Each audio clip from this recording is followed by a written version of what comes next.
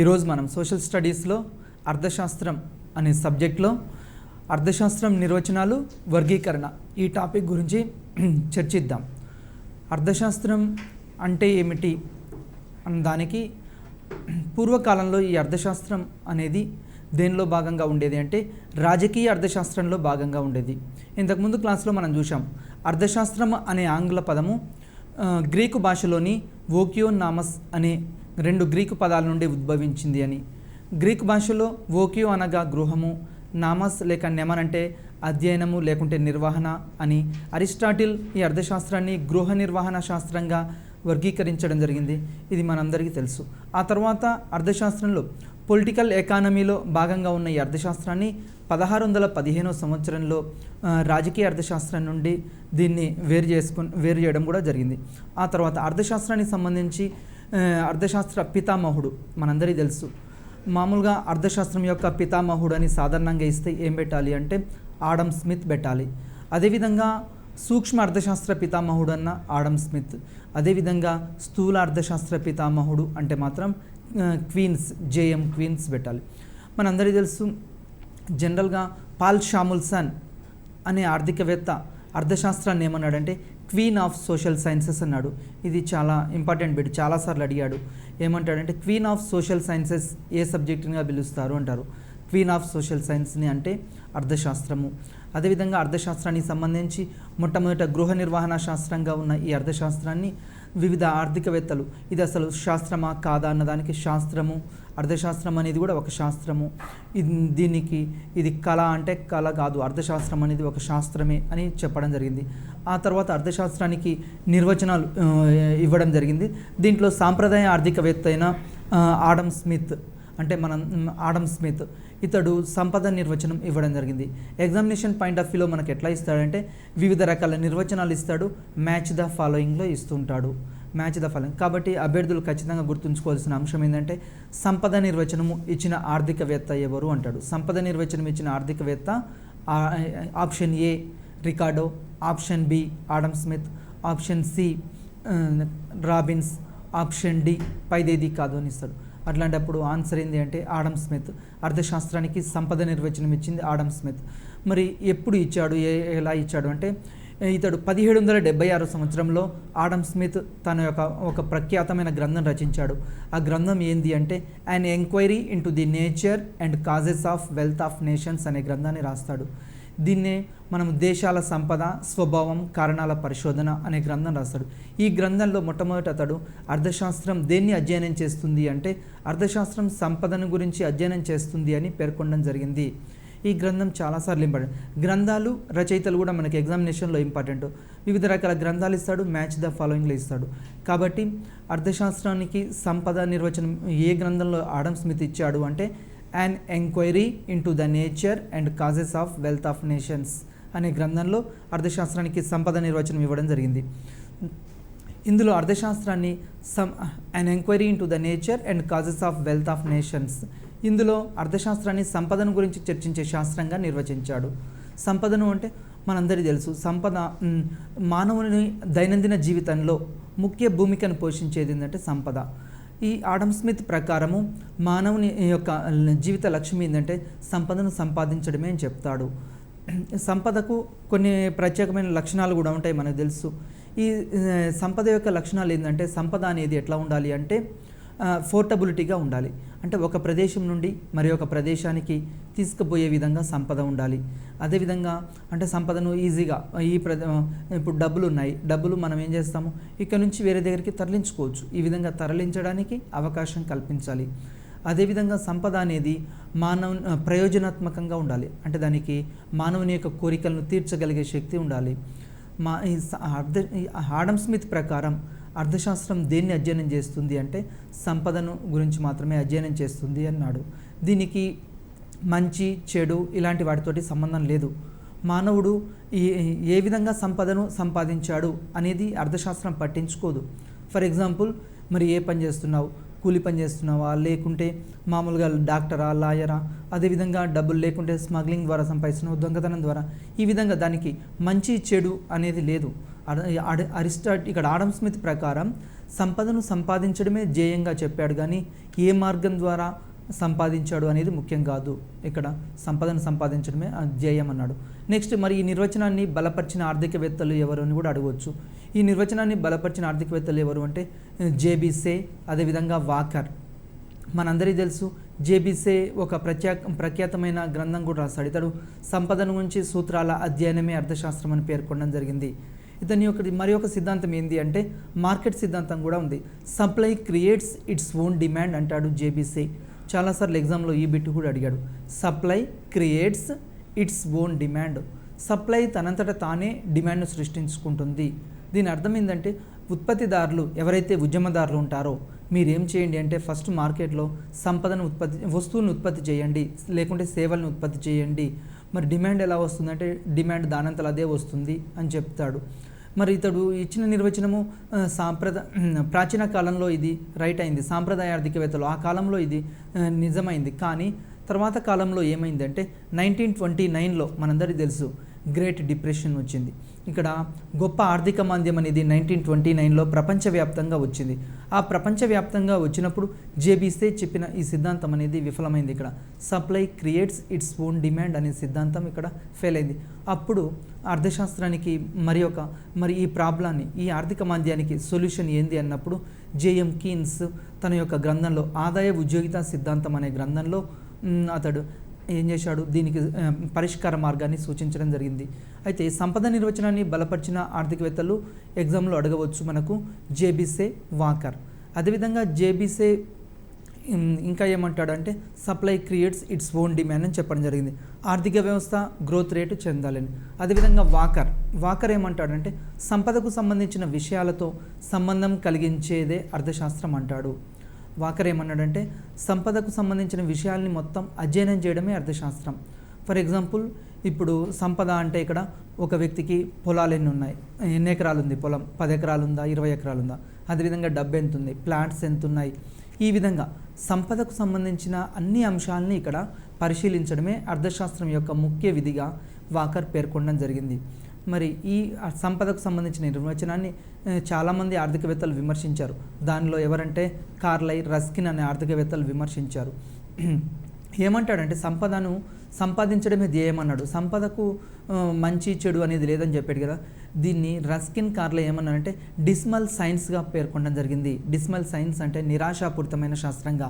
మరియు అదేవిధంగా ధనము అనే పిశాచిని అధ్యయనం చేసేదే అర్థశాస్త్రంగా ఇక్కడ కార్లైల్, రస్కిన్ పేర్కొనడం జరిగింది. అర్థశాస్త్రం అంటే ఎట్లా తయారైంది ఆడమ్ స్మిత్ ప్రకారం అంటే ఒక ధనలక్ష్మికి మనం ఫోటో పెట్టి పూజిస్తాం. ఎట్లయితే పూజ చేస్తున్నామో డబ్బును కూడా ఆ విధంగా మానవుని యొక్క అల్టిమేట్ ఏమైందంటే డబ్బు సంపాదించడమే.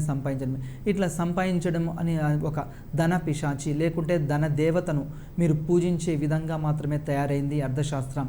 ఇది ఒక నిరాశాపూరితమైన శాస్త్రం అని కార్లైల్, రస్కిన్ విమర్శించడం జరిగింది. చాలాసార్లు ఎగ్జామ్లో ఈ క్వశ్చన్ కూడా అడిగాడు అంటే ఎవరు అర్థశాస్త్రాన్ని డిస్మల్ సైన్స్గా పేర్కొనడం జరిగింది, లేకుంటే ఎవరు అర్థశాస్త్రాన్ని నిరాశాపూరితమైన శాస్త్రంగా పేర్కొనడం జరిగింది, లేకుంటే అర్థశాస్త్రాన్ని ధన పిశాచిగా లేకుంటే ధనలక్ష్మిని పూజించే శాస్త్రంగా అర్థశాస్త్రాన్ని పేర్కొనడం జరిగింది అంటే కార్లైల్, రస్కిన్ అనే ఆర్థికవేత్తలను చెప్పాలి. నెక్స్ట్, ఈ అర్థశాస్త్రాన్ని విమర్శించిన ఆర్థికవేత్తల్లో ఇక్కడ ఆల్ఫ్రెడ్ మార్షల్ కూడా మరి ఒక వ్యక్తి. ఇతడు ఏం చేస్తాడు అంటే సంపద నిర్వచనాన్ని విమర్శించి అతడు మరి ఒక సిద్ధాంతాన్ని పేర్కొనడం జరిగింది. ఎగ్జామినేషన్ పాయింట్ ఆఫ్ వ్యూలో ఇంతకుముందే చెప్పాను, మ్యాచ్ ద ఫాలోయింగ్లో అడుగుతాడని. సంపద నిర్వచనం ఇచ్చింది ఆడమ్ స్మిత్. అదేవిధంగా శ్రేయస్సు నిర్వచనం ఇచ్చింది ఎవరని అడుగుతాడు. ఆల్ఫ్రెడ్ మార్షల్ అనే ఆర్థికవేత్త ఈ శ్రేయస్సు నిర్వచనాన్ని ఇవ్వడం జరిగింది. మార్షల్ అర్థశాస్త్రానికి ఏమంటే మానవుడు అతని శ్రేయస్సును గురించి చర్చించే శాస్త్రమే అర్థశాస్త్రం అన్నాడు Marshall the principles of economics అనే గ్రంథంలో. అదేవిధంగా మార్షల్ మరి ఒక విధంగా కూడా చెప్తాడు, అర్థశాస్త్రాన్ని అలలతోటి పోలుస్తాడు. సముద్రంలోని అలలు ఏ విధంగా అయితే వచ్చిపోతుంటాయో వాటిని ఏ విధంగా అధ్యయనం చేస్తామో వాటిని అధ్యయనం చేయడమే ఇక్కడ అర్థశాస్త్రంగా పేర్కొనడం జరిగింది మార్షల్. ఈ కొటేషన్ చాలాసార్లు ఎగ్జామ్లో అడిగాడు. అలలతోటి పోల్చిన ఆర్థికవేత్త ఎవరు, అర్థశాస్త్రాన్ని అలలతోటి పోల్చిన ఆర్థికవేత్త ఎవరు? Option A Adam Smith, option B Robbins, option C Marshall, option D పైవారెవరు కాదు అని ఇస్తాడు. ఆన్సర్ ఏంటంటే అలలతోటి పోల్చింది మార్షల్. మార్షల్ ప్రకారం ఇక్కడ అర్థశాస్త్రం అంటే మానవుడు అతని శ్రేయస్సును గురించి పరిశీలించే శాస్త్రం అన్నాడు. మరి ఈ నిర్వచనాన్ని కూడా కొద్దిమంది బలపరిచారు. ఎవరు దీన్ని సపోర్ట్ చేశారంటే కానన్, ఎడ్విన్ కానన్ మరియు ఏసీ పిగో అనే ఆర్థికవేత్తలు ఈ నిర్వచనాన్ని సమర్థించడం జరిగింది. ఎందుకు అంటే అర్థశాస్త్రము శ్రేయస్సు, మానవుని యొక్క శ్రేయస్సును గురించి అధ్యయనం చేయాలి. అంటే మనము డబ్బు సంపాదించడమే ముఖ్యం కాదు, డబ్బుతో పాటు మన యొక్క శ్రేయస్సు ముఖ్యం. ఫర్ ఎగ్జాంపుల్ ఈరోజు ఒక ఎగ్జాంపుల్ చెప్దాం. డబ్బు ఉంది, డబ్బు సంపాదించడమే ముఖ్యం కాకుండా కొన్ని దాన ధర్మాలు చేస్తుంటారు. లేకుంటే ఇప్పుడు సిగరెట్ ఉంది, సిగరెట్ ఏందది హానికరం, సిగరెట్ ఆరోగ్యానికి హానికరం. మరి అట్లాంటి సిగరెట్ అలాంటి వాటి గురించి, మత్తు పదార్థాల గురించి ఇది అధ్యయనం చేయదు. శ్రేయస్సు నిర్వచనం పట్టించుకోదు. శ్రేయస్సు నిర్వచనం ఎంతసేపటికి మంచిని గురించి మాత్రమే ఇక్కడ అధ్యయనం చేస్తుంది. మరి ఈ నిర్వచనాన్ని బలపరిచింది ఎడ్విన్ కానన్ మరియు ఏసీ పిగో అనే ఆర్థికవేత్తలు. ఏసీ పిగో కూడా మరి ఒక సిద్ధాంతాన్ని ఇక్కడ చెప్పడం జరిగింది. అది ఏంటి అంటే ఎగ్జామినేషన్లో చాలాసార్లు అడిగాడు. ఏసీ పిగో యొక్క సిద్ధాంతం వేతన కోత సిద్ధాంతము.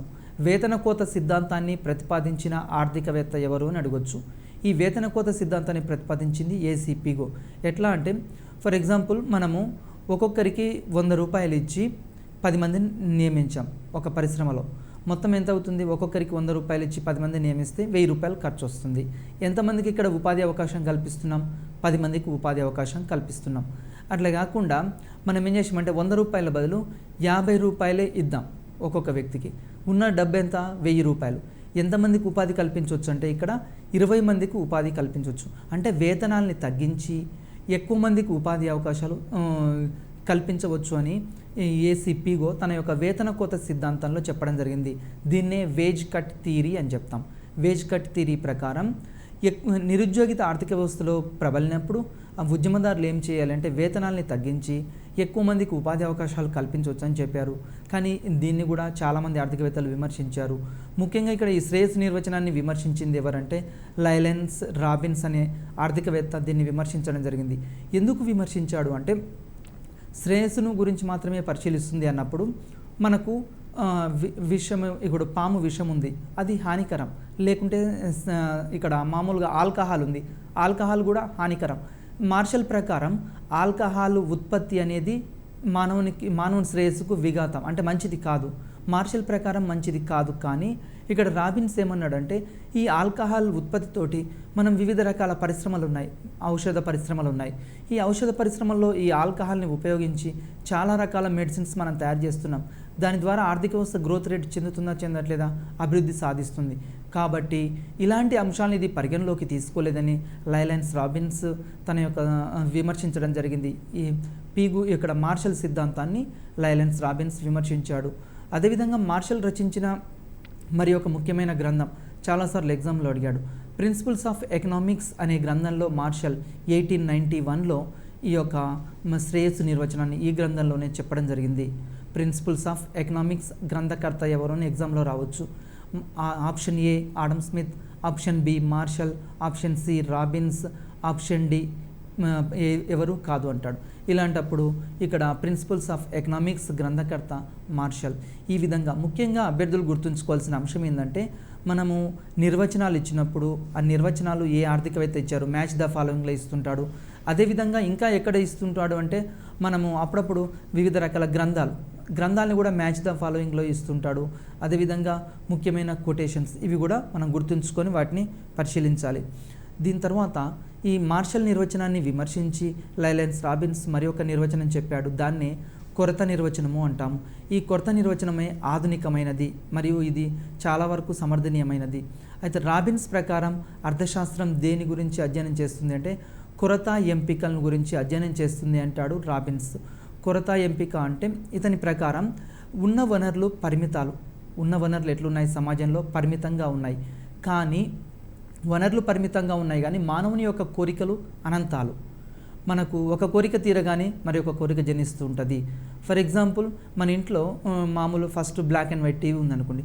బ్లాక్ అండ్ వైట్ టీవీ తర్వాత కలర్ టీవీ కొనాలి. కలర్ టీవీ తర్వాత ఎల్సిడి తర్వాత వివిధ రకాల మానవుని యొక్క కోరికలు ఎట్లా ఉంటాయి అంటే ఒక కోరిక తీరగానే మరి ఒక కోరిక కోసం ప్రయత్నం చేస్తుంటాము. అదేవిధంగా ఒక జాబ్ రాగానే మరి ఒక జాబ్ కోసం ప్రయత్నం చేస్తూ ఉంటాము.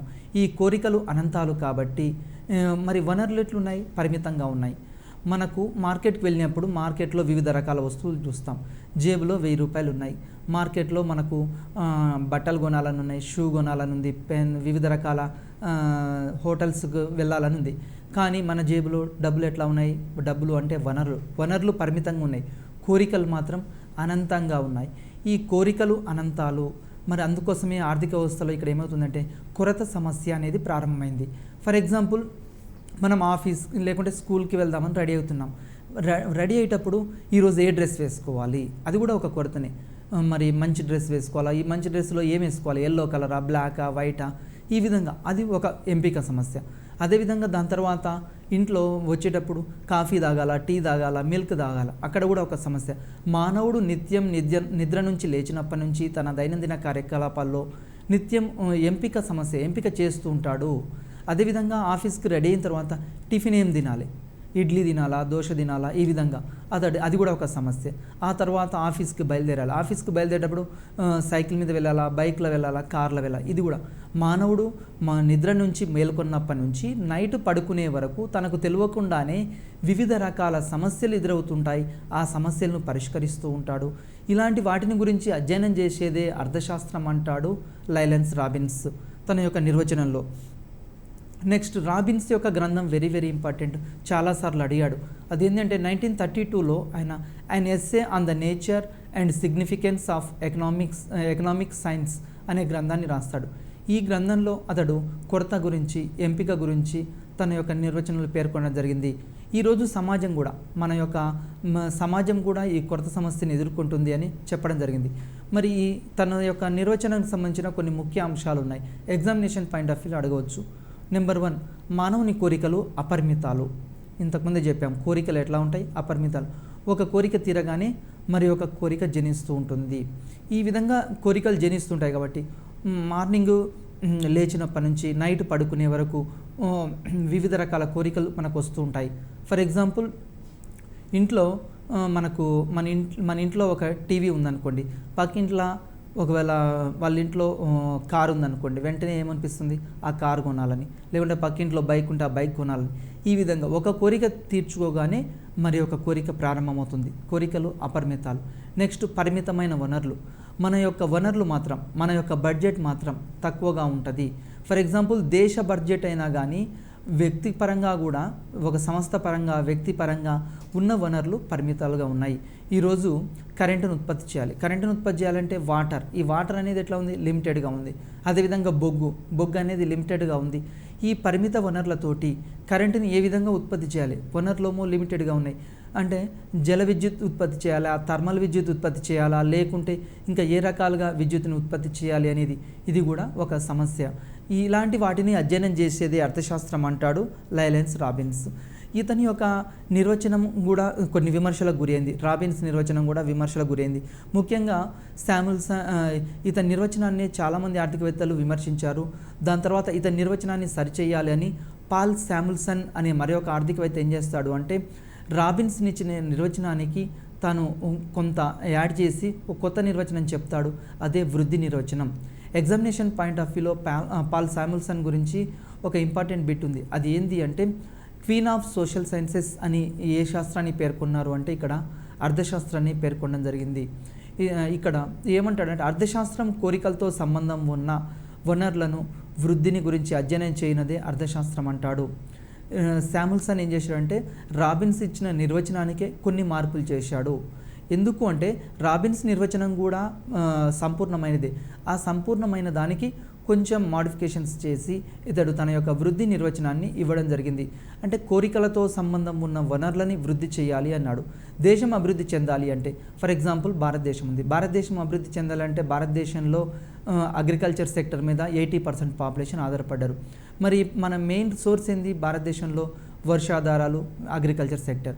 అంటే ఏ దేశానికైనా ఆ దేశంలో ఉన్న వనరులను ఉపయోగించుకొని ఆ దేశం త్వరగా అభివృద్ధి చెందాలి, వాటిని గురించి అధ్యయనం చేసేదే అర్థశాస్త్రం అంటాడు ఇక్కడ పాల్ శామ్యుల్సన్ ఏమంటున్నాడంటే, ఏ దేశమైనా సరే ఆ దేశంలో ఉన్న వనరులని అంచనా వేయాలి.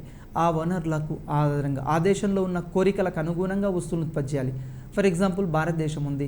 భారతదేశంలో విలువలకి, సాంప్రదాయాలకి, నైతికతకి ఇక్కడ ఎక్కువ విలువ ఉంటుంది. మన దేశంలో ఇప్పుడు లేడీస్ అయితే శారీస్ ఇట్లాంటివి కడతారు, వీటికి ఎక్కువ డిమాండ్ ఉంటుంది. అదే ఫారిన్ కంట్రీస్లో ఇలాంటి వాటికి డిమాండ్ ఉండదు. అంటే ఏ దేశం అయితే ఆ దేశం యొక్క సంస్కృతి, సాంప్రదాయాలు, ఆచార వ్యవహారాలు వాటికి అనుగుణంగా, ఆ దేశంలోని కోరికలకు అనుగుణంగా, ప్రజలకు అనుగుణంగా ఉన్న వనరులని సమర్థవంతంగా వినియోగించుకోవాలి అంటాడు పాల్ శామ్యుల్సన్. దాన్నే ఎకనామిక్ ఎఫిషియన్సీ అని చెప్తాం. ఎకానమీ ఎఫిషియన్సీ అంటే ఒక దేశం ఉన్న వనరులని సమర్థవంతంగా వినియోగించుకోగల శక్తి ఉండాలి. ఫర్ ఎగ్జాంపుల్ మన ఇంట్లో వాటర్ ట్యాప్ ఉందనుకోండి, మనం ఏం చేస్తాం, నీళ్ళు పట్టుకోగానే బంద్ చేస్తాం. అదే మన ఇంటి బయట ట్యాప్ పోతుంది, వాటర్ పోతుంది, మనం ఏం చేస్తాం, బయట బజార్నల్లా ఉంటే మనం పట్టుకొని వచ్చేస్తాం, అంతే వస్తాం, ఆ వాటర్ అంతా వేస్ట్గా పోతుంది. లేకుంటే బయట మనం సినిమా హాల్లో ఎక్కడికి వెళ్తాం, ఎక్కడైనా ఫ్యాన్స్, లైట్స్ వేస్తాం, మరి వదిలేసి వస్తుంటాం. మరి దీని ద్వారా ఏమవుతుంది, కరెంట్ అనేది వృధా అవుతుందా, కావట్లేదా, వృధా అవుతుంది. కాబట్టి మనం ఏంటంటే ఉన్న వనరులతోటి, పరిమితమైన వనరులతోటి అత్యధిక వృద్ధి రేట్ని, ఎక్కువ గ్రోత్ రేట్ని సాధించేదే అర్థశాస్త్రం అంటాడు పాల్ శామ్యుల్సన్. ఇతడి ఇచ్చిన నిర్వచనం కూడా చాలా సంపూర్ణమైంది. అదేవిధంగా పాల్ శామ్యుల్సన్కి 1970లో అర్థశాస్త్రంలో నోబెల్ బహుమతి లభించింది. పాల్ శామ్యుల్సన్కి అర్థశాస్త్రంలో నోబెల్ బహుమతి లభించింది. ఇక్కడ ఇంకొక ఇంపార్టెంట్ బిట్ అడుగుతాను. అర్థశాస్త్రానికి సంబంధించి మన దేశానికి సంబంధించిన ఎవరికైనా నోబెల్ బహుమతి వచ్చిందా? మన దేశానికి సంబంధించి లేదా ఆసియాలో మొదటి వ్యక్తి ఎవరు అంటే అమర్త్య సేన్. అమర్త్య సేన్కి 1998లో అర్థశాస్త్రంలో నోబెల్ బహుమతి రావడం జరిగింది. దేని మీద అంటే సంక్షేమ అర్థశాస్త్రం మీద ఇతనికి నోబెల్ బహుమతులు ఇచ్చారు. అదేవిధంగా పాల్ శామ్యుల్సన్ కూడా అర్థశాస్త్రంలో నోబెల్ బహుమతి లభించింది 1970లో. ఎందుకు అంటే అతడు ఈ యొక్క అర్థశాస్త్రానికి పరిపూర్ణమైన నిర్వచనం ఇచ్చాడు కాబట్టి అతడు నోబెల్ బహుమతి రావడం జరిగింది.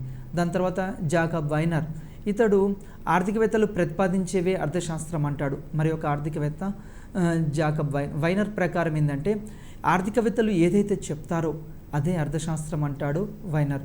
ఈ నిర్వచనాలు, అర్థశాస్త్రానికి సంబంధించిన నిర్వచనాలు ఎగ్జామినేషన్ పాయింట్ ఆఫ్ వ్యూలో ఒకసారి మళ్ళీ రీకాల్ చేసుకుందాం. ఎట్లా ఇస్తాడు అంటే ఒకవైపు ఆర్థికవేత్తలు ఇస్తాడు, మరి ఒకవైపు నిర్వచనాలు ఇస్తాడు. మ్యాచ్ ద ఫాలోయింగ్లో అడుగుతాడు.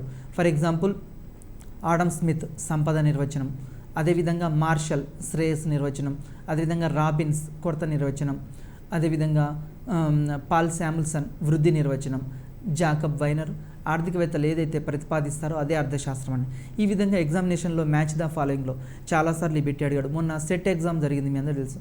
ఆ సెట్ ఎగ్జామ్లో కూడా స్టేట్ లెవెల్స్ ఎలిజిబిలిటీ టెస్ట్, దాంట్లో కూడా ఈ బిట్ అడగడం జరిగింది. నెక్స్ట్ ఒకసారి అర్థశాస్త్రవేత్తలు వీటికి సంబంధించినవి ఇక్కడ ఒక పట్టిక ద్వారా ఇక్కడ చూద్దాం. అమర్త్య సేన్ ఏంటంటే అర్థశాస్త్రం దేని సంక్షేమ అర్థశాస్త్రంలో ఇతడు బాగా కృషి చేశాడు. మన భారతదేశానికి సంబంధించిన అమర్త్య సేన్ ఇతడు మొట్టమొదటి ఆసియావాసి కూడా. ఆసియా నుంచి మొట్టమొదటి నోబెల్ బహుమతి పొందిన వ్యక్తి ఎవరు అంటే అమర్త్య సేన్. ఎందుకు ఇతనికి నోబెల్ బహుమతి ఇచ్చారంటే వెల్ఫేర్ ఎకనామిక్స్లో కృషి చేశాడు. ఎగ్జామినేషన్లో వెరీ వెరీ ఇంపార్టెంట్. ఎట్లా ఇస్తాడు అంటే సంక్షేమ అర్థశాస్త్రం గురించి ఎక్కువ పరిశోధన చేసిన వ్యక్తి ఎవరైనా అడగవచ్చు, అమర్త్య సేన్. అదేవిధంగా పాల్ శామ్యుల్సన్ ఏం చెప్పాడు, సామాజిక శాస్త్రాల్లో అర్థశాస్త్రం రాని వంటిదే అంటాడు.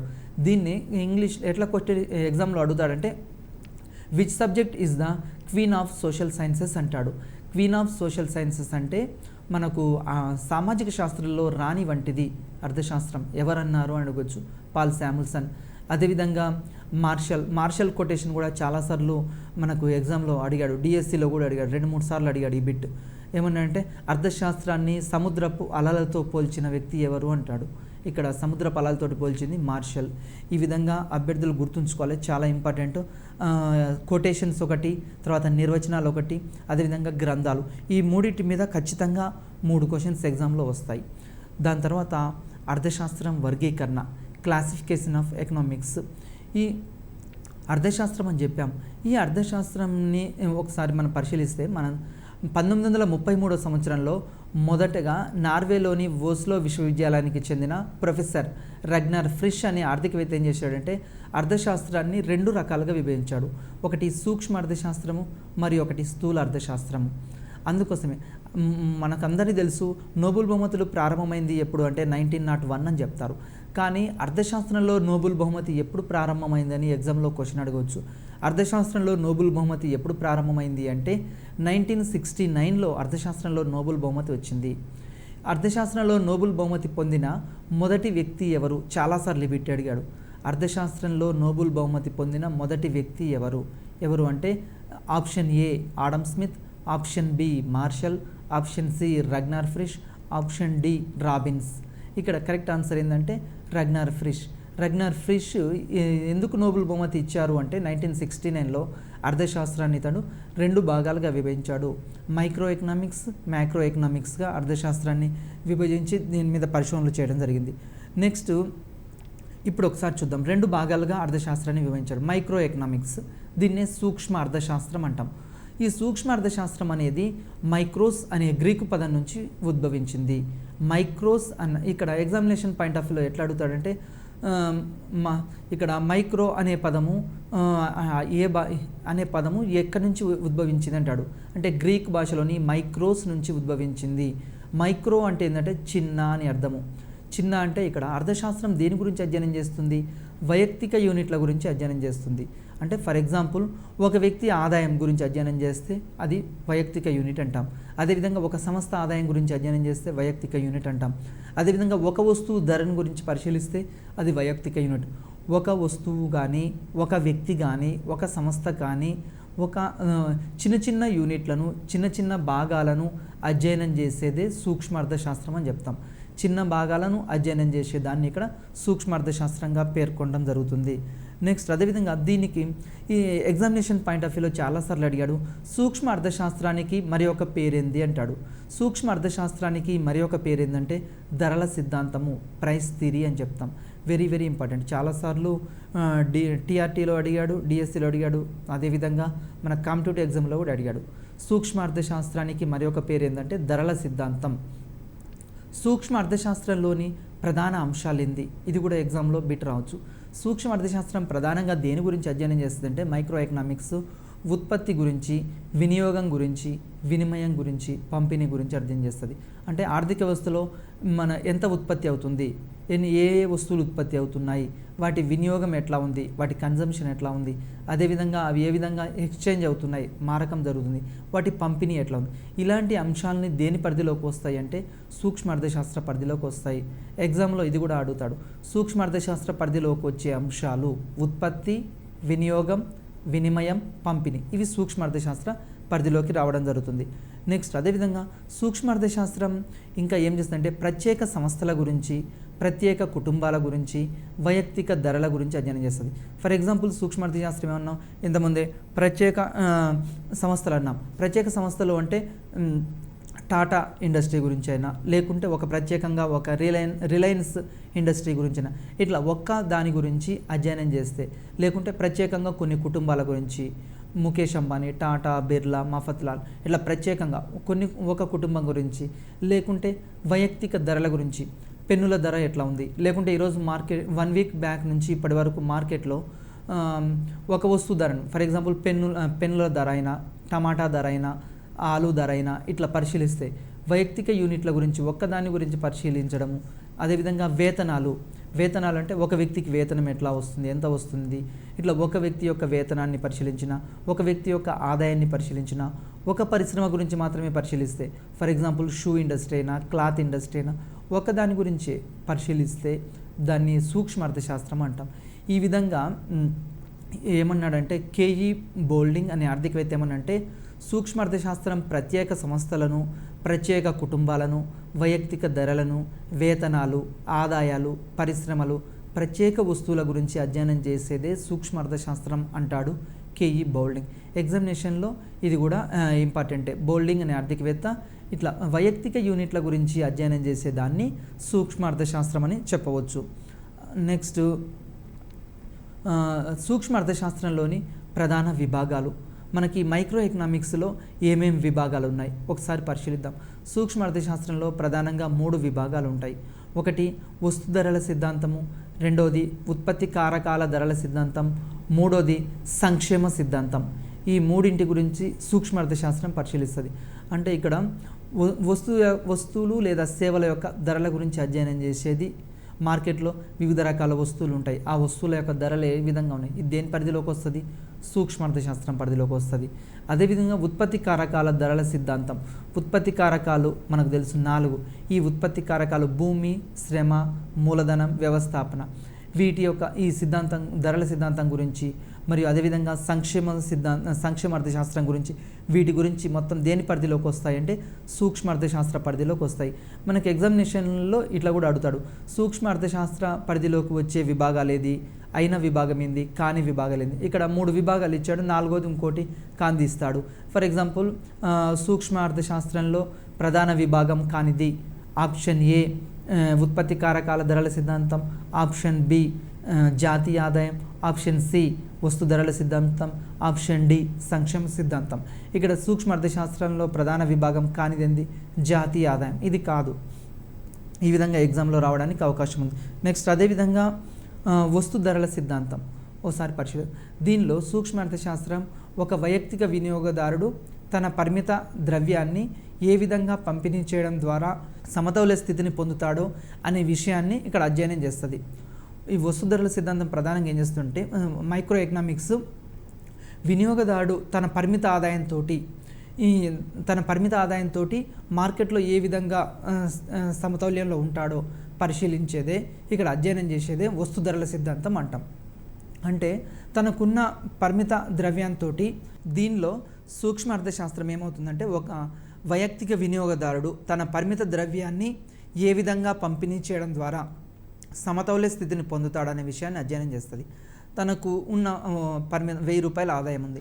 ఈ 1000 రూపాయల ఆదాయంతో ఏమేమి ఖర్చు పెట్టుకోవాలి, కిరాణా సామాన్కి ఎంత ఖర్చు పెట్టాలి, పాలకు ఎంత ఖర్చు పెట్టుకోవాలి, అదేవిధంగా పిల్లల ఫీజు ఎంత కట్టాలి, ఈ విధంగా వస్తువుల ధరల్ని ద్వారా తను తమ సమతౌల్య స్థితి పొందడాన్ని ఇక్కడ వస్తు ధరల సిద్ధాంతం అంటారు. నెక్స్ట్ అదేవిధంగా ఉత్పత్తి కారకాల సిద్ధాంతం.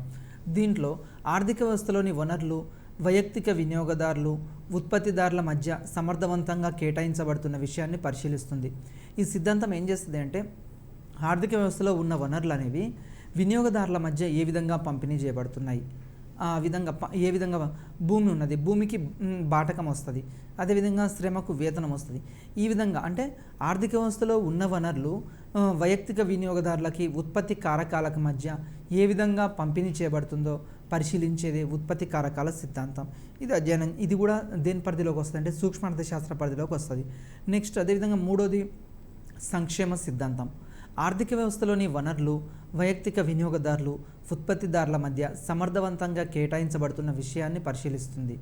సంక్షేమ అర్థశాస్త్రం ఎంతసేపటికి ఏం పరిశీలిస్తుందంటే ఆర్థిక వ్యవస్థలో వనరులు వృధా చెందకుండా, వనరులు వృధా కాకుండా దేశంలోని వినియోగదారులకు మరియు ఉత్పత్తిదారుల మధ్య సమర్థవంతంగా జరుగుతుందా జరగట్లేదా పరిశీలించాలి. ఎందుకంటే ఉన్న వనరులని వృధా చేయవద్దు. మనకున్న వనరులు పరిమితంగా ఉన్నాయి, మానవుని యొక్క కోరికలు అనంతాలు.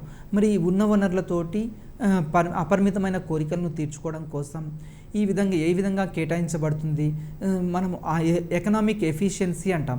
ఎకనామిక్ ఎఫిషియన్సీ అంటే ఉన్న వనరులని అతి తక్కువ వ్యయంతో ఆర్థిక వ్యవస్థ ఎక్కువ గ్రోత్ రేటు సాధించడాన్ని ఇక్కడ చెప్తాము. ఈ విధంగా సంక్షేమ అర్థశాస్త్రం దీన్ని కూడా పరిశీలిస్తుంది. నెక్స్ట్ సూక్ష్మ అర్థశాస్త్రం యొక్క ప్రాధాన్యత ఏది, ఎగ్జామినేషన్లో ఇస్తుంటాడు. సూక్ష్మ అర్థశాస్త్రం యొక్క ప్రాధాన్యత ఏంటంటే పరిమితంగా ఉన్న వనరులని సమర్థవంతంగా ఉపయోగించడం ద్వారా ఆర్థిక వృద్ధి స్థిరత్వాన్ని సాధించడంలో సూక్ష్మ ఆర్థిక విశ్లేషణ ప్రభుత్వానికి ఉపయోగపడుతుంది. అంటే మన దేశంలో ఉన్న వనరులేమో పరిమితంగా ఉన్నాయి, భారతదేశంలో రిసోర్సెస్ ఉన్నాయి. మరి ఈ రిసోర్సెస్ ద్వారా ఎక్కువ గ్రోత్ రేట్ సాధించాలి.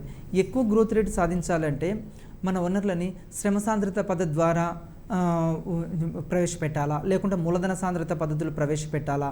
ఈ విధంగా ఉన్న వనరులని సమర్థవంతంగా ఉపయోగించడం ద్వారా ఆర్థిక వ్యవస్థ గ్రోత్ రేట్ సాధించాలి, స్థిరత్వంగా ఉండాలి. ఇలాంటి విషయాల్ని పరిశీలించేదే సూక్ష్మ అర్థశాస్త్రం అని చెప్తున్నాము. ఈ మైక్రో ఎకనామిక్స్లో ప్రధానంగా ఏం చేస్తాము అంటే లిమిటెడ్ రిసోర్సెస్ ఏమో లిమిటెడ్, మన గ్రోత్ రేట్ అత్యధికంగా సాధించాలి.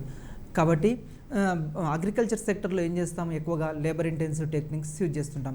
అదేవిధంగా ఇండస్ట్రియల్ సెక్టర్ తీసుకుంటే అక్కడ క్యాపిటల్ ఇంటెన్సివ్ టెక్నిక్స్ యూజ్ చేస్తుంటాం. ఈ విధంగా వనరులని సమర్థవంతంగా ఉపయోగించి అత్యధిక ఉత్పత్తి రావాలి. ఉత్పత్తి ఏమో ప్రొడక్షన్ ఎక్కువ ఉండాలి, తర్వాత కాస్ట్ ఆఫ్ ప్రొడక్షన్ ఏమో తక్కువ ఉండాలి, ప్రైస్ తక్కువ ఉండాలి. అప్పుడు మాత్రమే మార్కెట్లో మన వస్తువులకు డిమాండ్ ఉంటుంది. ఈ విధంగా ఆర్థిక స్థిరత్వాన్ని, దేశం యొక్క గ్రోత్ రేట్ని పెంచడానికి ఈ సూక్ష్మ అర్థశాస్త్ర విశ్లేషణ అనేది ప్రభుత్వానికి ఉపయోగపడుతుంది. ప్రభుత్వం కూడా వనరులు కేటాయించేటప్పుడు, బడ్జెట్ కేటాయించేటప్పుడు ఏ రంగానికి కేటాయిస్తే దేశం అభివృద్ధి చెందుతుంది, అక్కడ ఇలాంటి విషయాలు కూడా బడ్జెట్ రూపకల్పనలో ఈ అర్థశాస్త్రం అనేది, మైక్రో ఎకనామిక్స్ అనేది చాలా యూజ్ అవుతుంది. నెక్స్ట్, దేశంలో మొత్తం ఆర్థిక కార్యకలాపాల గురించి వివరించేది స్థూల అర్థశాస్త్రం. రెండోది ఏంటంటే స్థూల అర్థశాస్త్రం. ఈ స్థూల అర్థశాస్త్రం ఏం చేస్తుంది అంటే, ఇందాక ముందేమో సూక్ష్మ అర్థశాస్త్రం ఓన్లీ వైయక్తిక యూనిట్లని, వైయక్తిక సంస్థల్ని మాత్రమే అధ్యయనం చేసేది. స్థూల అర్థశాస్త్రము అంటే మ్యాక్రో అంటాం. ఇది కూడా గ్రీక్ భాష నుంచే వచ్చింది. గ్రీక్ భాషలో ఇక్కడ మ్యాక్రోస్ అని చెప్తాం. అంటే ఇక్కడ ఏంటిది, మొత్తము అని చెప్తాము. ఆర్థిక వ్యవస్థ మొత్తం గురించి అధ్యయనం చేసేదాన్ని స్థూల అర్థశాస్త్రం అంటాం. ఈ స్థూల అర్థశాస్త్రానికి ఎక్కువ ప్రాముఖ్యత ఎవరిచ్చారంటే జేఎం కీన్స్ ఇచ్చాడు. ఎందుకు అంటే మన ప్రపంచవ్యాప్తంగా కూడా 1929 సంవత్సరంలో గొప్ప ఆర్థిక మాంద్యం అనేది వచ్చింది, ప్రపంచవ్యాప్తంగా వచ్చింది. ఈ ఆర్థిక మాంద్యానికి పరిష్కార మార్గం సూక్ష్మ అర్థశాస్త్రం చూపించలేకపోయింది. సూక్ష్మ అర్థశాస్త్రంలో అంతకుముందు మనము ఒక ఆర్థికవేత్త గురించి చర్చించడం జరిగింది, జేబీసే మార్కెట్ సిద్ధాంతం. జేబీసే మార్కెట్ సిద్ధాంతం ఏంటంటే supply creates it's own demand అని జేబీసే చెప్పాడు. మీరు వస్తువులను ఉత్పత్తి చేసుకుంటూ పోండి, ఆ వస్తువులు మార్కెట్లో అమ్ముడుపోతాయి అని చెప్పాడు. కానీ 1929 వచ్చే వరకు ప్రపంచవ్యాప్తంగా ఆర్థిక మాంద్యం వచ్చింది. Supply it nots create its own demand. అక్కడ సప్లై తనకు తాను డిమాండ్ సృష్టించుకోలేకపోయింది. ఆర్థిక మాంద్యానికి పరిష్కార మార్గాన్ని కనుగొనలేకపోయింది.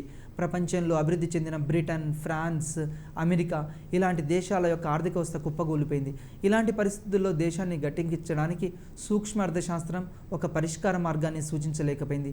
అలాంటి పరిస్థితుల్లో జేఎం కీన్స్ 1933లో ఆదాయ ఉద్యోగితా సిద్ధాంతంని రచించడం జరిగింది. ఈ గ్రంథంలో అతడు ఈ యొక్క ఆర్థిక మాంద్యానికి పరిష్కార మార్గం సూచించడం జరిగింది. అందుకోసమే జేఎం కీన్స్ ఏమంటాడు అంటే, దేశం మొత్తం ఆర్థిక కార్యకలాపాల గురించి పరిశీలించే శాస్త్రమే స్థూలార్థశాస్త్రం అని జేఎం కీన్స్ పేర్కొనడం జరిగింది. ఇక్కడ examination point of view question ఎట్లా వస్తుందంటే, మ్యాక్రో అనగా ఏంటిది అంటాడు. మ్యాక్రో అంటే పెద్ద అని అర్థం, అంటే పెద్ద పెద్ద యూనిట్ల గురించి అధ్యయనం చేసేది. స్థూలార్థశాస్త్రానికి మరి ఒక పేరేంది అంటాడు. స్థూలార్థశాస్త్రానికి మరి ఒక పేరేందంటే ఆదాయ ఉద్యోగిత సిద్ధాంతం. ఆదాయ ఉద్యోగిత సిద్ధాంతము అంటే సూక్ష్మ అర్థశాస్త్రాన్ని మరి ఒక పేరు ధరల సిద్ధాంతం అని చెప్పాము. మరి దానికి ఈ రెండిట్లలో ఖచ్చితంగా ఎగ్జామ్లో ఒక బిట్ రావచ్చు.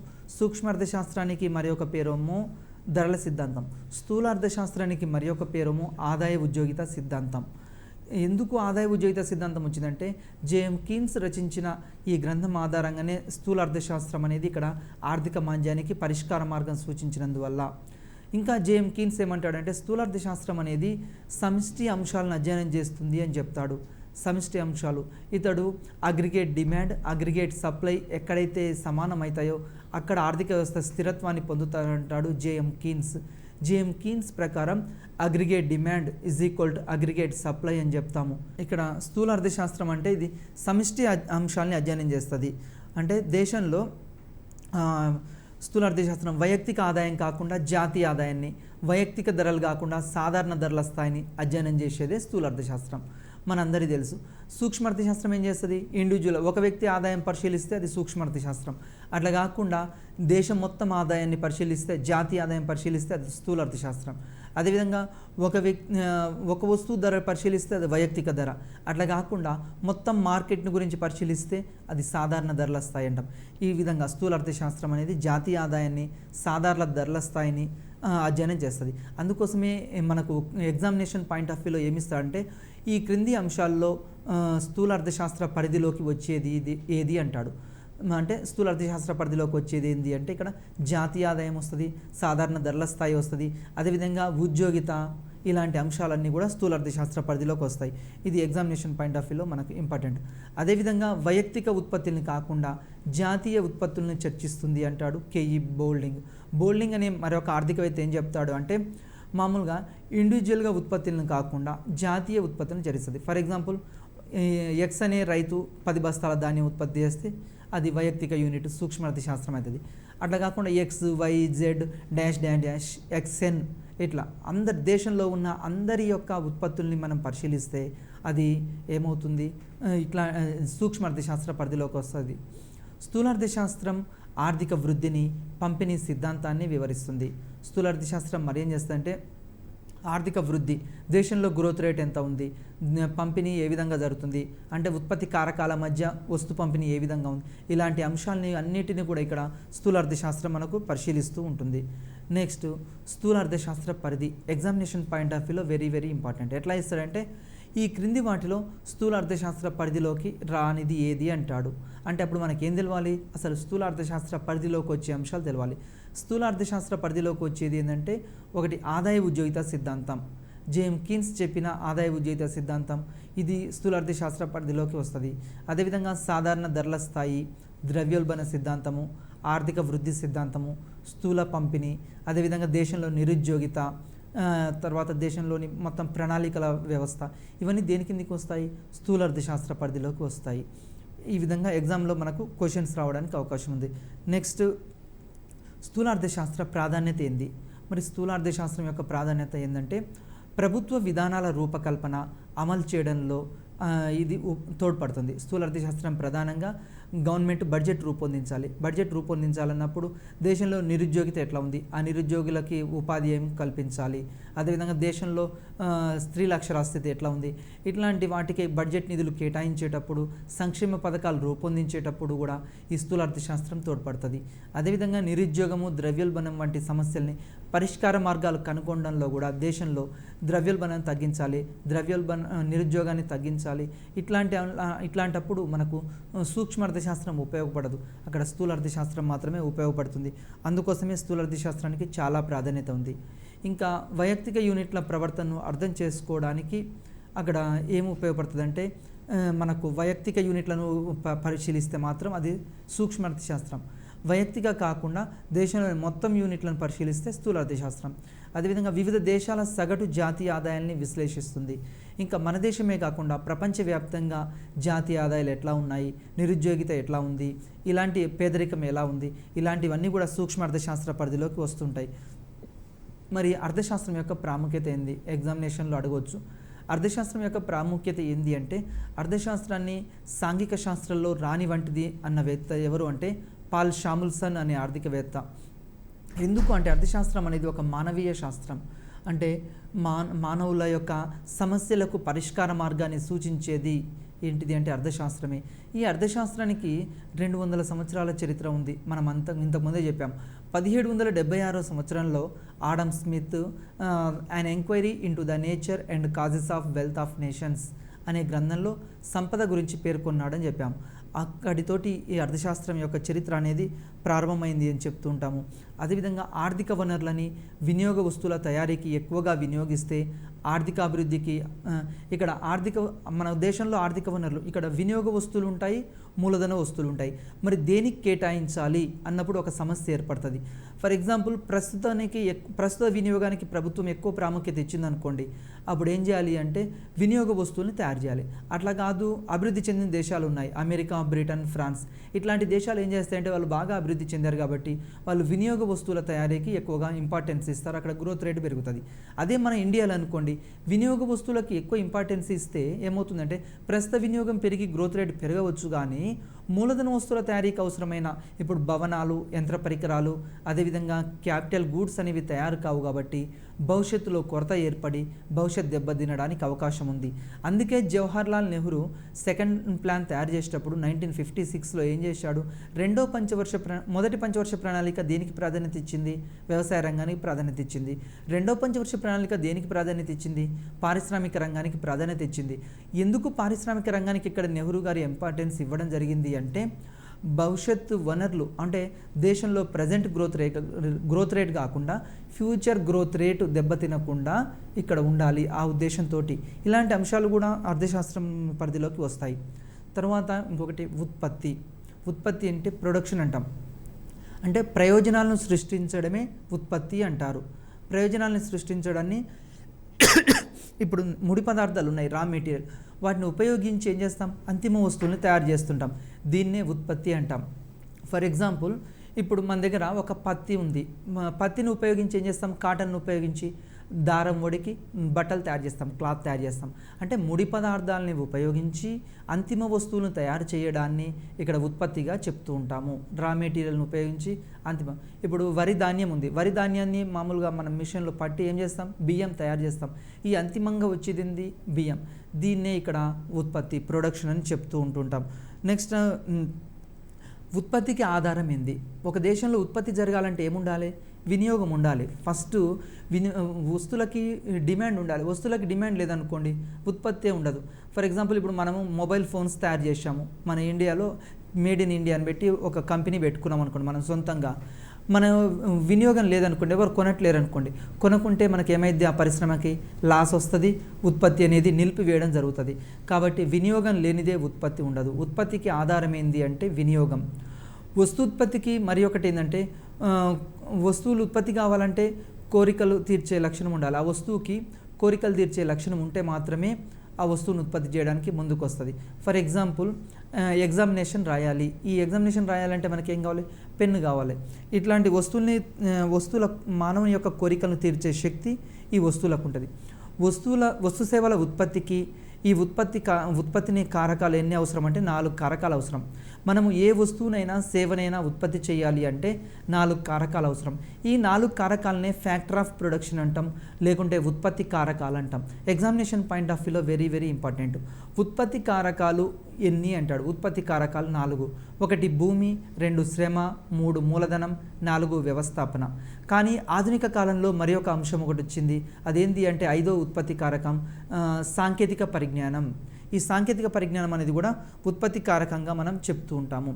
మరి వస్తువును ఉత్పత్తి చేయాలి అంటే ఉత్పత్తి ఏ విధంగా వస్తుంది? ఉత్పత్తి కారకాలకు ఉత్పత్తికి మధ్య ఉన్న సంబంధాన్ని ఉత్పత్తి ఫలం తెలియజేస్తుంది. దీని ప్రకారం Q = function of N, L, K, O అని చెప్తాం. అంటే ఇక్కడ Q అంటే ఉత్పత్తి. ఫర్ ఎగ్జాంపుల్, రైస్ తయారు కావాలి. రైస్ అనేది Q ఫంక్షన్. దీనికి ఏమేమి కావాలి, వరి ధాన్యం ఉత్పత్తి చేయాలంటే N, ల్యాండ్. ఇక్కడ N అంటే భూమి కావాలి, L అంటే శ్రామికులు కావాలి, K అంటే మూలధనం కావాలి, O అంటే వ్యవస్థాపన కావాలి. అంటే వరి ధాన్యం ఉత్పత్తి చేయడానికి మనకు వరి విత్తనాలు కావాలి, నాగలి కావాలి, ఎరువు మందులు కావాలి. వీటన్నిటితోటి ప్రొడక్షన్ వస్తుందిగా. అంటే ఉత్పాదకాలను ఉపయోగించి ఇక్కడ ఉత్పత్తిని, అంటే ఇన్పుట్ ఉపయోగించి అవుట్పుట్ని తయారు చేస్తాం. ఇట్లా తెలియజేసేదాన్నే ఉత్పత్తి ఫలం అని చెప్తూ ఉంటాము. ఉత్పత్తి ఫలం తర్వాత ఇంతకుముందు చెప్పిన దాంట్లో Q అంటే ఉత్పత్తి, F అంటే ప్రమేయ సంబంధం, N అంటే భూమి, వీటిది, K అంటే మూలధనం, O అంటే వ్యవస్థాపన. ఉత్పత్తి కారకాలు 4 రకాలు. ఇటీవలి కాలంలో సాంకేతిక పరిజ్ఞానాన్ని చేర్చడం జరిగింది. అంటే టెక్నాలజీ కూడా ఇప్పుడు ఒక ఉత్పత్తి కారకంగా చేర్చారు. ఎగ్జామినేషన్ పాయింట్ ఆఫ్ వ్యూలో వెరీ వెరీ ఇంపార్టెంట్ ఏంటంటే ఉత్పత్తి కారకాల ప్రతిఫలాన్ని ఎగ్జామినేషన్లో అడుగుతుంటాడు. ఫర్ ఎగ్జాంపుల్, భూమి ఉంది. భూమికి ఏమి ప్రతిఫలం? బాటకం, శ్రమ, వేతనం, మూలధనం, వడ్డీ, వ్యవస్థాపన, లాభము లేదా నష్టము, సాంకేతిక పరిజ్ఞానం, రాయల్టీ. Very very important. ఇక్కడ మ్యాచ్ ద ఫాలోయింగ్లో అడుగుతుంటాడు. చాలామందికి పై 4 తెలుసు కానీ 5వది సాంకేతిక పరిజ్ఞానం ఉంది. ఇక్కడ బాగా గుర్తుంచుకోండి, ఎగ్జామినేషన్లో సాంకేతిక పరిజ్ఞానం అంటే రాయల్టీ అని అర్థం. ఈ రాయల్టీ దానికి ఇస్తుంటారు. తర్వాత భూమి, శ్రమ, మూలధనం అని చెప్పాము. కొత్త మూలధన, ఇప్పుడు కొంత మూలధనాన్ని ఉత్పత్తికై చేసిన వ్యయాన్ని ఇక్కడ మూలధన విలువ అంటుంటాం. నెక్స్ట్ అదేవిధంగా వ్యవస్థాపన అంటే ఏంటి అంటే భూమితోటి మనకు వరి ధాన్యాన్ని పండిస్తుంటాం. తర్వాత శ్రామికులను ఉపయోగిస్తుంటాం. తర్వాత మూలధనాన్ని ఉపయోగిస్తాం. మూలధనం అంటే ఏంటంటే వస్తువుల ఉత్పత్తికి మనకు ఏదైతే ఉపయోగపడుతుందో, ఫర్ ఎగ్జాంపుల్ ట్రాక్టర్స్, మిషనరీ, పంపులు, ఇట్లాంటి వాటిని ఏమంటాం?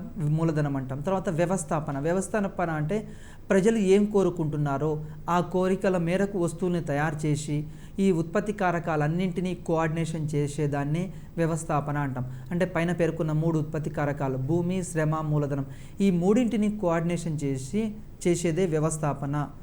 ఈ విధంగా వీటిని సమన్వయపరిచి ఉత్పత్తి ప్రక్రియను చేపట్టే వాటిని వ్యవస్థాపన అంటాం. వ్యవస్థాపకుడు అంటే ఉద్యమదారుడు, ఆర్గనైజర్ అని మనం చెప్తూ ఉంటాం. నెక్స్ట్ వ్యవస్థాపన 2 రకాలు. ఒకటేమో ఆంతరంగిక వ్యవస్థాపన. ఆంతరింగిక వ్యవస్థాపన అంటే ఉత్పత్తితో సహా అన్ని కార్యక్రమాలు కంపెనీయే వ్యవస్థీకరించడాన్ని ఇక్కడ ఆంతరింగిక వ్యవస్థాపన అంటాం.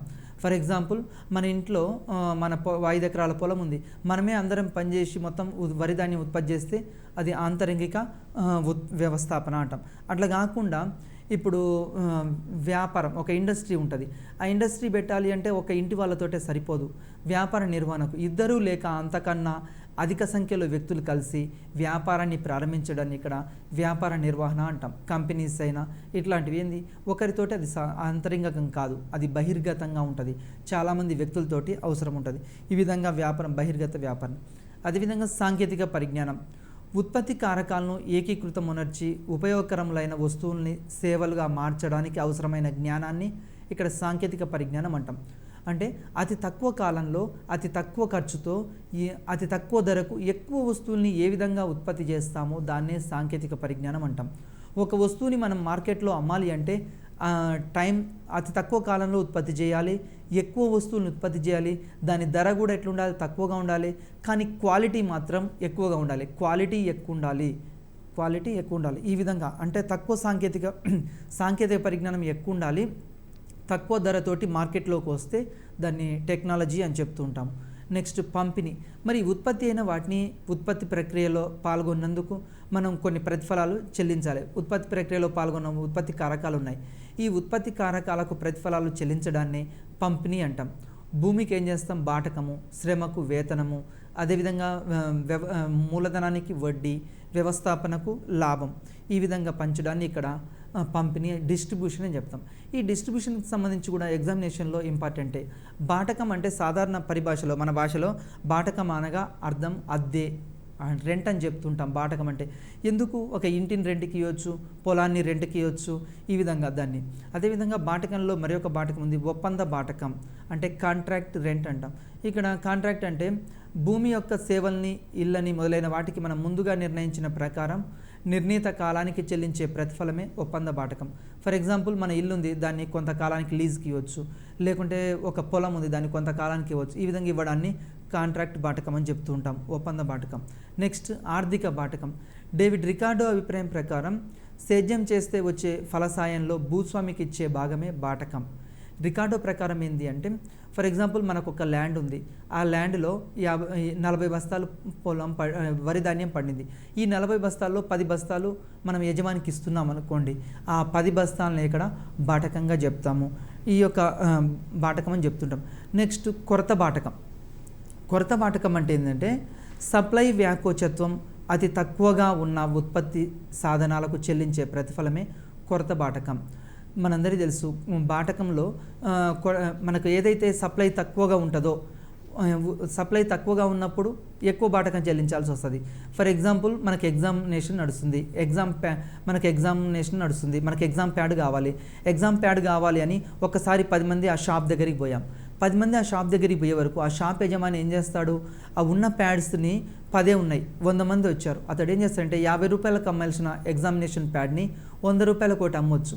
అంటే కొరత బాటకం ఏంటంటే, సప్లై తక్కువగా ఉండి డిమాండ్ ఎక్కువగా ఉన్నప్పుడు అప్పటికప్పుడు అతడు ఏం చేస్తాడంటే రెంట్ పెంచుతాడు. ఈ విధంగా కొరత బాటకం ఉంటాం. సప్లై వ్యాకోచితం తక్కువగా ఉన్నప్పుడు ఉత్పత్తి సాధనాలకు చెల్లించే ప్రతిఫలమే ఇక్కడ కొరత బాటకంగా పేర్కొనడం జరిగింది. తర్వాత కృత్రిమ బాటకం. ఈ కృత్రిమ బాటకాన్ని మార్షల్ దీన్ని ప్రవేశపెడతాడు. కృత్రిమ బాటకం వెరీ వెరీ ఇంపార్టెంట్, ఎగ్జామినేషన్లో చాలాసార్లు అడిగాడు. కృత్రిమ బాటకాన్ని ప్రవేశపెట్టిన ఆర్థికవేత్త ఎవరు? మార్షల్. మానవ నిర్మితాలైన యంత్రాలు, భవనాలకు చెల్లించే ధరనే కృత్రిమ బాటకం అంటాం. ఇప్పుడు ఇంతకుముందు భూమి ఏమో అది మానవ నిర్మితం కాదు, ప్రకృతి సిద్ధంగా అయింది. మరి మానవ నిర్మితంతో ఇండ్లైనా, యంత్రాలైనా, భవనాలైనా ఇట్లాంటివన్నీ నిర్మిస్తుంటాం. ఈ విధంగా నిర్మించే వాటిని ఏమంటామంటే కృత్రిమ బాటకము అని చెప్తూ ఉంటాం. దీన్ని ఈ విధంగా కృత్రిమ బాటకం. ఎగ్జామినేషన్లో కృత్రిమ బాటకాన్ని ప్రవేశపెట్టింది ఎవరు అంటే మార్షల్ అని కూడా మనం చెప్పొచ్చు. ఈ విధంగా చెప్తూ ఉంటాం. దీనికి సంబంధించి కూడా ఎగ్జామినేషన్లో బాటకం మీద, తర్వాత వేతనం మీద కూడా క్వశ్చన్స్ వస్తుంటాయి. వేతనం మీద ఎట్లా అడుగుతారంటే, వేతనం ఎవరికి ప్రతిఫలంగా ఇస్తాము? వేతనం ఎవరికి ప్రతిఫలంగా ఇస్తారు? శ్రామికునికి ప్రతిఫలంగా ఇస్తుంటాం వేతనాల్ని. అయితే ఈ వేతనాలకు సంబంధించి వేతన సిద్ధాంతాలు, మరి ఎందుకు ప్రతిఫలంగా ఇస్తాము? అతడు అతని యొక్క సేవను మనం ఇచ్చి అతని సేవను ఉత్పత్తి కార్యక్రమాల్లో పాల్పంచుకున్నందుకు మనం ప్రతిఫలంగా వేతనం ఇస్తుంటాం. ఈ వేతనాల్లో కూడా రెండు రకాలు ఉంటాయి. ఒకటేమో మామూలుగా డైలీ వేజ్ ఉంటుంది, అదేవిధంగా పర్మనెంట్ వేజ్ ఉంటుంది.